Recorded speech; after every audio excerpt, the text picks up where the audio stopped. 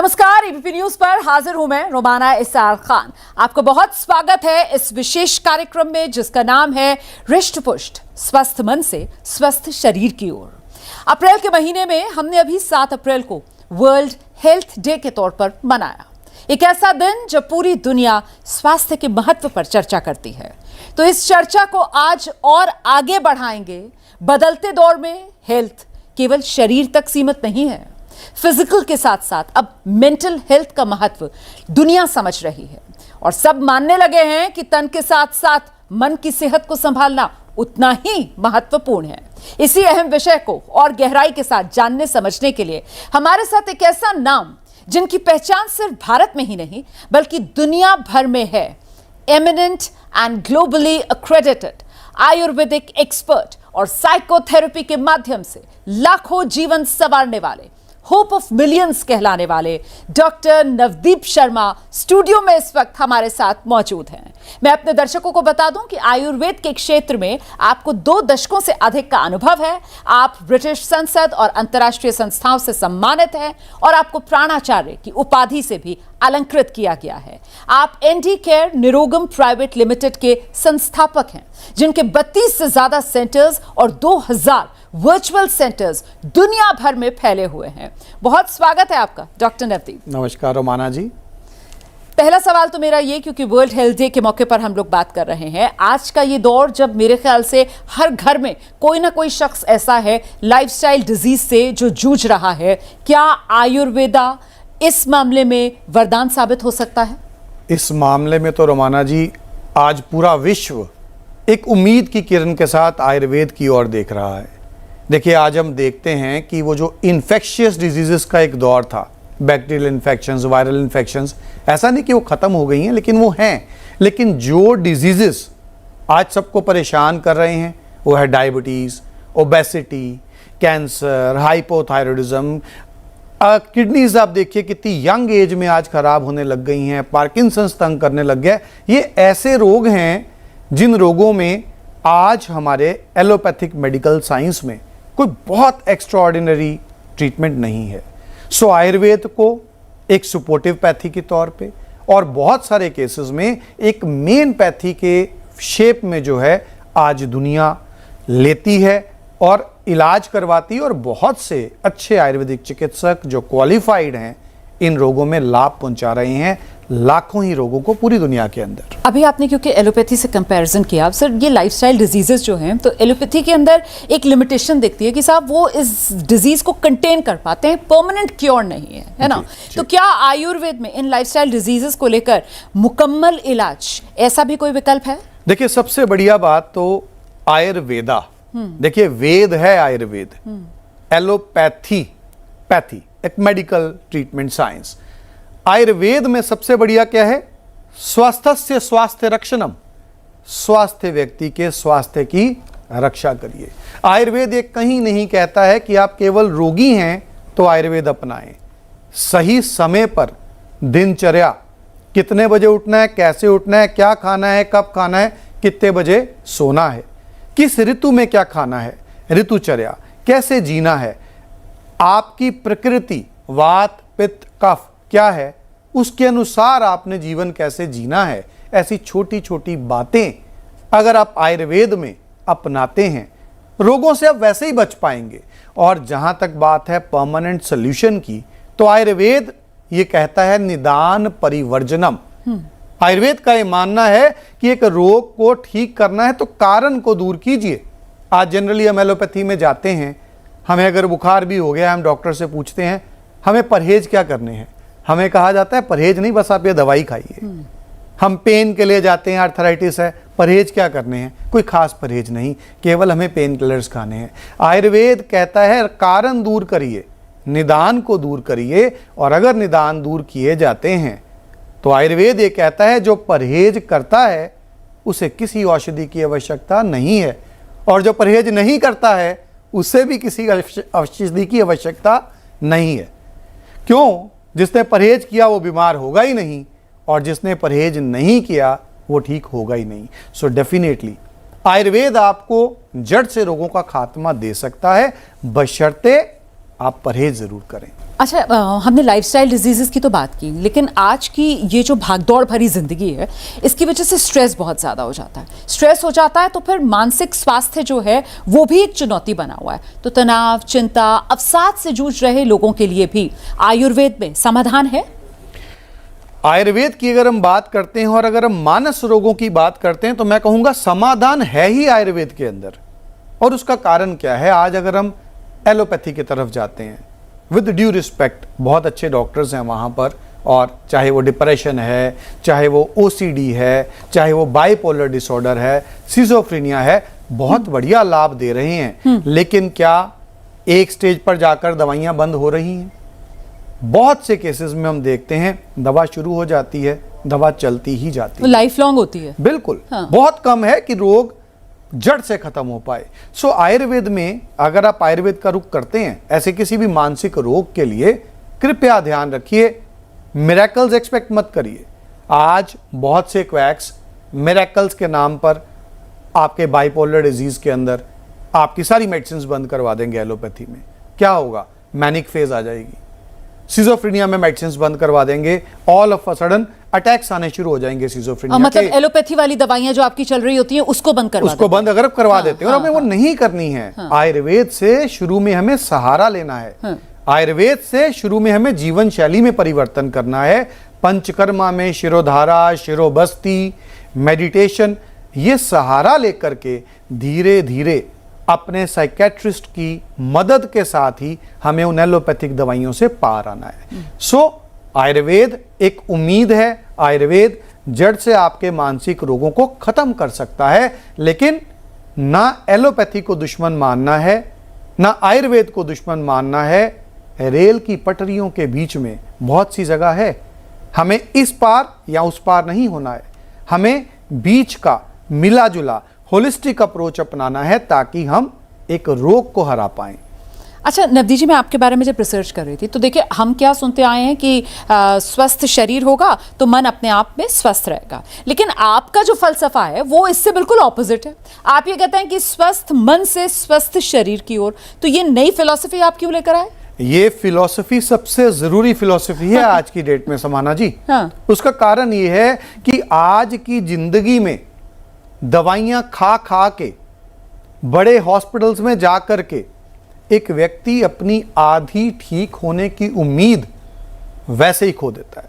सो बहुत जरूरी है हम कोई भी पैथी का इस्तेमाल कर रहे हैं, खास तौर पे अगर हमारे पास एक व्यक्ति आयुर्वेद में किसी भी चीज के इलाज के लिए आता है, हम उसके मानसिक स्वास्थ्य पे काम जरूर करते हैं। और अगर एक व्यक्ति मानसिक तौर पे स्ट्रांग है, डरा नहीं हुआ है, बड़े से बड़े रोग को भी वो हरा देगा। और वहीं अगर एक व्यक्ति दिल छोड़ गया है, तो खास तौर पे जो गंभीर रोग हैं, एक व्यक्ति है किडनीज डैमेज है, डायलिसिस करवा रहा है, एक व्यक्ति है कीमोथेरेपी करवा रहा है, बड़े बड़े रोगों में उतना रोग खराब नहीं करता जितना मनोबल खत्म हो जाना, जीने की उम्मीद छोड़ देना खराब करता है। यही कारण है इन सभी रोगों में बहुत से लोग जो एलोपैथिक इलाज भी करवा रहे हैं, वो लोग भी हमारा सहारा लेते हैं साथ में, ताकि हम उनके मनोबल को उस लेवल तक रख पाएं कि वो उन रोगों से बाहर आ पाएं। अच्छा एक बात बताइए मुझे, पहला मतलब आपका अगर करियर ग्राफ देखा जाए तो पहले जो है जो शरीर के रोग होते हैं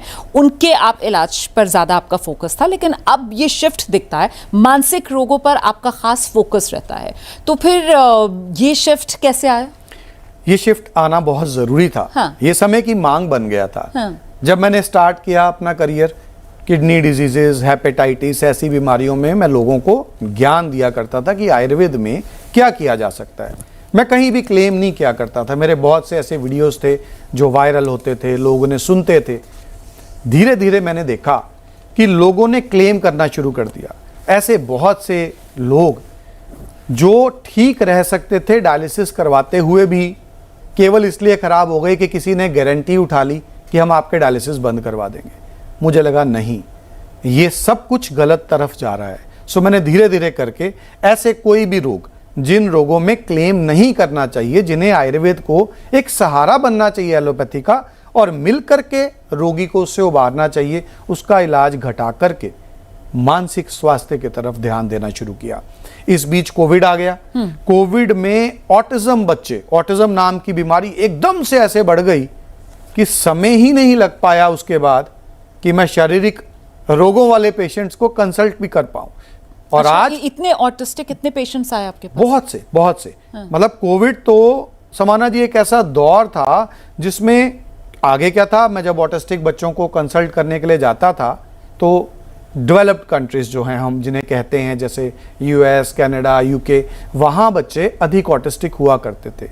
कोविड के बाद से तो हमारे भारत में भी इतना अधिक इंस्टेंस बढ़ गया ऑटिज्म का कि आज अगर हम डाटास की बात करें, 1 out of every 68 children is autistic child. लेकिन आप ये आंकड़ा दे रहे हैं डॉक्टर साहब, पर एक हकीकत ये भी है कि अभी भी लोगों में बहुत ज़्यादा अवेयरनेस, जागरूकता है नहीं। तो मुझे लगता है पहले आपको दर्शकों को बताना चाहिए इस बीमारी के बारे में, ऑटिज्म है क्या? ऑटिज्म की जब हम बात करते हैं, देखिए ऑटिज्म एक ऐसा रोग है जिसमें आपका जो बच्चा है वो आई कांटेक्ट नहीं करेगा आपके साथ। बहुत बार आप नाम से पुकार रहे हैं, वो नेम रिस्पॉन्स नहीं देगा। बहुत से बच्चे ऑटिज्म के अंदर बोल नहीं पाते हैं, अगर बोले भी तो पापा, मम्मा, कुछ सिंपल वर्ड्स या नीड बेस्ड स्पीच के अलावा अधिक बात नहीं करते हैं। और इनमें से बहुत से बच्चे हाइपर एक्टिव होते हैं, एग्रेसिव होते हैं, एक जगह टिकते नहीं हैं, कंसंट्रेशन स्पैन बहुत कम होता है।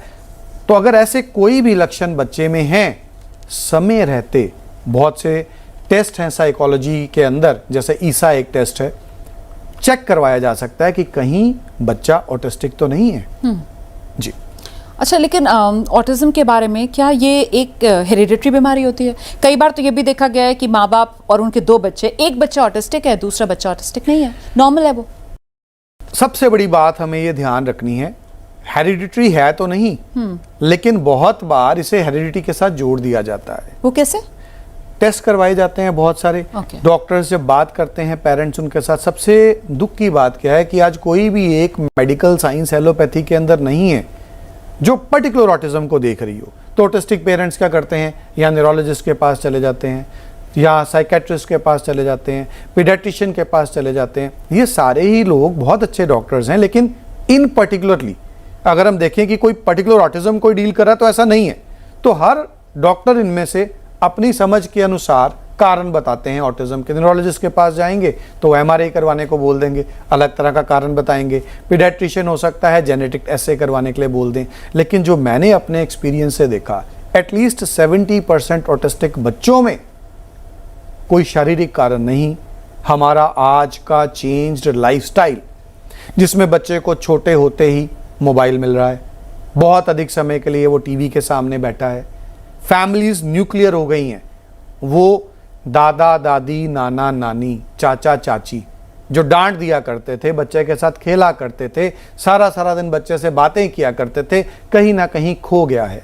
सो वो लाइफस्टाइल चेंज होने के कारण आज बहुत से बच्चे ऑटिज्म की इस बीमारी से जूझ रहे हैं।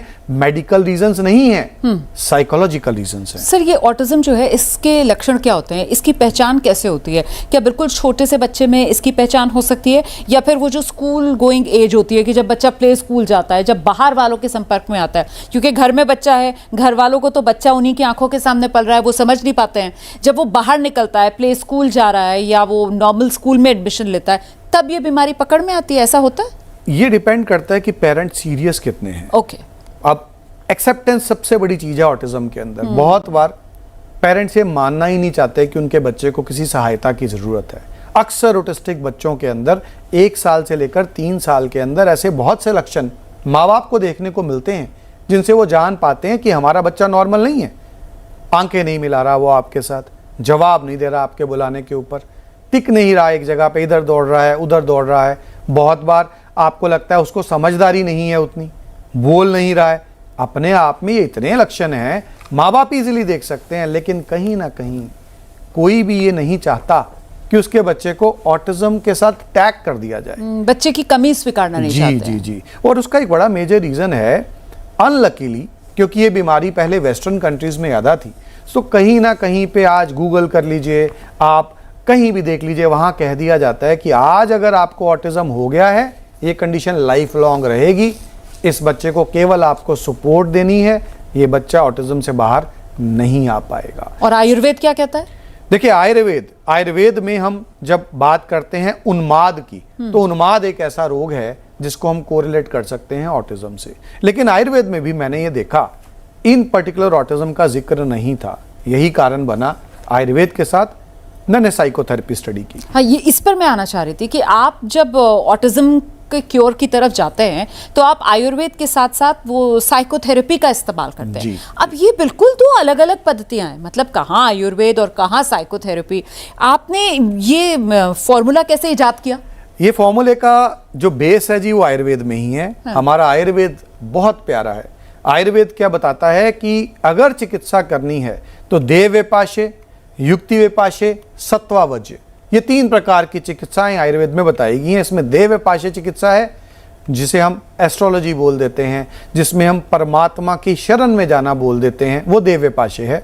युक्ति विपाशे जिसमें दवाइयाँ आ जाती हैं, पंचकर्मा आ जाता है। लेकिन सत्वावज्य, मन को जीतना, मन की चिकित्सा जिसमें साइकोथेरेपी आ जाती है। सो यही कारण था कि जब मैंने पाया कि देव विपाशे चल रहा है, युक्ति विपाशे चल रहा है, सत्वावज्य मिसिंग है जो सबसे ज़रूरी चाहिए ऑटिस्टिक बच्चों में। सो सबसे पहले मैंने एमएससी साइकोलॉजी किया, फिर दोनों चिकित्सा पद्धतियों को मिलाकर के पीएचडी किया, role of ayurvedic herbs in psychological disorders में। आज मालिक की दया से मैं डेलेट स्कॉलर हूँ इसी सब्जेक्ट के अंदर। और आयुर्वेद और साइकोथेरेपी, इन दोनों को मिला करके बच्चे धीरे धीरे धीरे धीरे ऑटिज्म से निकलने लगे। अच्छा डॉक्टर साहब, कोई आपकी सक्सेस स्टोरी, मतलब जो आपको भी याद आती हो, जो आप यहाँ पर शेयर करना चाहें कि कोई पेरेंट्स आपके पास आए हों और बिल्कुल उम्मीद छोड़ चुके हो और फिर वहाँ पर आप वो रोशनी की किरण बनकर आए और उनकी ज़िंदगी आपने बदल दी? इंसान का सबसे पहला जो केस होता है ना, जनरली उसे याद रहता है, तो मैं शेयर करना चाहूँगा। मेरे मैथ्स के टीचर, नाम नहीं लेना चाहूँगा प्राइवेसी के लिए जी, मैथ्स में उनसे पढ़ा करता था। मैं नया नया डॉक्टर बना था। उनका जो बच्चा था वो बोलता नहीं था। मेरे पास आए, उन्होंने बोला भी तुम आयुर्वेद पढ़ रहे हो, इसमें कुछ है इसके लिए। हमें तब आचार्य चरक की चरक संहिता के अंदर मेद्य रसायन के बारे में बताया गया था। मंडूक पर्णी स्वरस प्रयोज्य शिरेन यष्टि मधुकस्य चूर्णम रसो गुडुच्यास्तु स मूल फल पुष्प खलु शंख पुष्पया। मैंने कुछ नहीं किया, इन चारों को पकड़ा लिया और खुद दवा तैयार की, बच्चे को देनी शुरू कर। इसका थोड़ा सरल शब्दों में भी बता दीजिए। मंडूक पर्णी का स्वरस, सेंटाला एसियाटिका का स्वरस, तो मतलब ये आपने अलग अलग इंग्रेडिएंट्स बताए। जी जी जी जी जी आचार्य चरक ने 4 इंग्रेडिएंट्स और उन्हें कैसे इस्तेमाल करना है उसका जो है तरीका बताया है।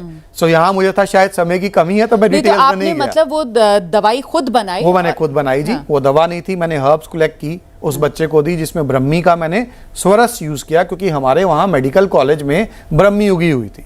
तो बच्चे ने पहली बार पापा मम्मा बोलना शुरू किया, आई कांटेक्ट बढ़ा, उनमें उम्मीद जगी। उन्होंने मुझे बोला कुछ और कर। मेरे लिए वो सबसे पहली बार था। तो मेरे को हमारे टीचर्स ने सिखाया था शिरोबस्ती। अच्छा। एक खास प्रोसीजर है पंचकर्मा का, शिरोबस्ती। मैंने कहा वो करके देखते हैं। तो उसके लिए हमने घी बनाया, वचादी घृत, वो भी खुद बनाया क्योंकि मार्केट में तब नहीं मिलता था। तो जब हमने शिरोबस्ती स्टार्ट की तो उस बच्चे ने सेंटेंसेस बोलने शुरू कर दिए। अब साइकोथेरेपी का काम यहाँ पे किया मेरे माताजी ने। अच्छा। मेरे माताजी क्योंकि वो आते थे तो उन्होंने बताया कि आप अपने बच्चे को हर चीज उसके बिना मांगे दे रहे हैं, उसको थोड़ी नीड क्रिएट करिए। तब मैं साइकोलॉजिस्ट नहीं था, वो साइकोलॉजिस्ट थे। तो वो दोनों चीजें मिल गई कि घर के एक बुजुर्ग की गाइडेंस, हमारी पुरानी दादी नानियां साइकोथेरेपिस्ट तो थी। चलते चलते मेरा एक सवाल है आपसे और मुझे लगता है बहुत से व्यूअर्स जानना चाहेंगे। देखिए एलोपैथी में क्या होता है, मेडिकल इंश्योरेंस कवर मिल जाता है, तो आयुर्वेद के इलाज में भी क्या ये सुविधा मिल पाना संभव है डॉक्टर साहब? मैं इस चीज़ पे खुशी से कहूँगा बिल्कुल संभव है और मैं इसके लिए धन्यवाद देना चाहूँगा हमारे माननीय प्रधानमंत्री जी को, जिन्होंने आयुष के लिए इतना सब कुछ किया है। आज उनके प्रयासों के कारण हमारे जैसे जो सेंटर्स हैं, जो ऑथेंटिक हैं, जहाँ पे सही डॉक्टर काम कर रहे हैं, वो NABH सर्टिफाइड है। हमारी ऑर्गेनाइजेशन भी NABH सर्टिफाइड है और सभी मेजर इंश्योरेंस कंपनीज कैशलेस भी और नॉर्मल कवर भी आपके पूरे इलाज के लिए देती हैं। तो आप आयुर्वेद को भी ठीक उसी तरह से बिना अपने बजट को बिगाड़े हुए इस्तेमाल कर सकते हैं जैसे आप एलोपैथी को करते हैं। बहुत धन्यवाद आपका doctor Navdeep Sharma, ABP news पर हमारे साथ आने के लिए और दर्शकों को बताने के लिए इतने सरल शब्दों में कि आयुर्वेद किस तरीके से रामबाण है, न सिर्फ शरीर के रोगों को दूर करने के लिए बल्कि मानसिक स्वास्थ्य के लिए भी। हम छोटे से ब्रेक के लिए यहां पर रुक रहे हैं। एबीपी न्यूज पर खबरों का सिलसिला लगातार जारी है।